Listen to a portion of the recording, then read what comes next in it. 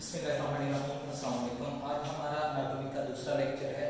तो हमारा दूसरा लेक्चर एनाटॉमी की ब्रांचेस है कि एनाटॉमी की कितनी शाखाएं हैं, काम के लिहाज से एनाटॉमी को कितने हिस्सों में तकसीम किया गया है।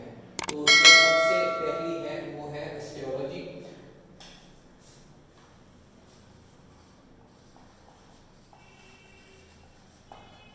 ऑस्टियोलॉजी में क्या करते हैं? ऑस्टियोलॉजी में हम बोन्स का मुतालिया करते हैं।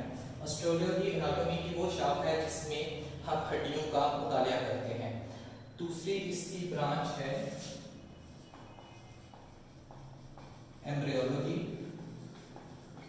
एम्ब्रियोलॉजी में हम एम्ब्रियो के मुतल्लिक मुतालिया करते हैं। एम्ब्रियो क्या है? माँ के पेट में बच्चा, एक हामला औरत जो होती है उसके पेट में जो बच्चा होता है उसके मुख्तलिफ स्टेप्स जो हैं जो हम उनका मुतालिया करते हैं एनाटॉमी की उस शाख में, उसको हम एम्ब्रियोलॉजी कहते हैं। और इसकी जो तीसरी ब्रांच है वो है आर्थ्रोलॉजी। तो आर्थ्रोलॉजी में हम क्या करते हैं कि हम आर्थ्रोलॉजी में जॉइंट्स का मुतालिया करते हैं,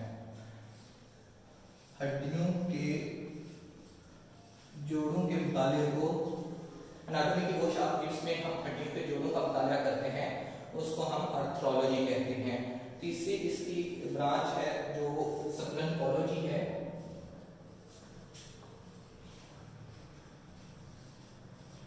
सप्लेंकोलॉजी में हम मुख्तलिफ ऑर्गन्स का मुतालिया करते हैं। इंसानी जिस्म में जो मुख्तलिफ अज़ा हैं उनके मुतालिक जो हम मुतालिया करते हैं उसको हम सप्लेंकोलॉजी कहते हैं। तीसरी है मायोलॉजी, पांचवी है मायोलॉजी।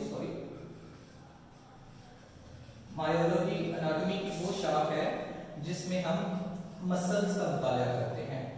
मसल्स का मुतालिया, जो इंसानी जिस्म के मसल्स होते हैं, एनाटॉमी की जिस शाख में हम मसल्स का मुतालिया करते हैं उनको हम मायोलॉजी कहते हैं। छठी इसकी ब्रांच है न्यूरोलॉजी। न्यूरोलॉजी नाम से ही जाहिर है कि ये नर्व्स से मुतल्लिक है। एनाटॉमी की वो शाख जिसमें हम नर्व्स का मुतालिया करते हैं उसको हम न्यूरोलॉजी कहते हैं। इसमें दिमाग और रीढ़ की हड्डी में मौजूद नर्व्स शामिल हैं। एनाटॉमी की इस शाख में हम न्यूरोलॉजी में हम दिमाग और नर्व्स का मुतालिया करते हैं। इसकी अगली शाख है सातवीं एंजियोलॉजी। एंजियोलॉजी एनाटॉमी की वो शाखा है जिसमें हम खून की शरियानों का मुतालिया करते हैं। इसमें वेन्स शामिल है, आर्टरीज शामिल है और कैपिलरीज शामिल है। एनाटॉमी की वो शाख जिसमें हम खून की शरियानों का मुतालिया करते हैं उसको हम एंजियोलॉजी कहते हैं। इसकी अगली शाख है एंडोक्राइनोलॉजी।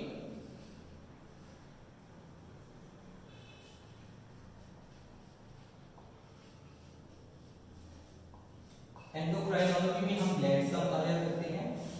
इसकी डेफिनेशन हम ऐसे करेंगे कि एनाटॉमी की वो शाख जिसमें हम गदूदों का मुतालिया करते हैं उसको एंडोक्राइनोलॉजी कहते हैं। और गदूदों का क्या मुतालिया करते हैं कि गदूदों में हार्मोन्स किस तरह बनते हैं, किस तरह निकलते हैं, ये सारे एंडोक्राइनोलॉजी में आते हैं। और नौवीं इसकी शाख है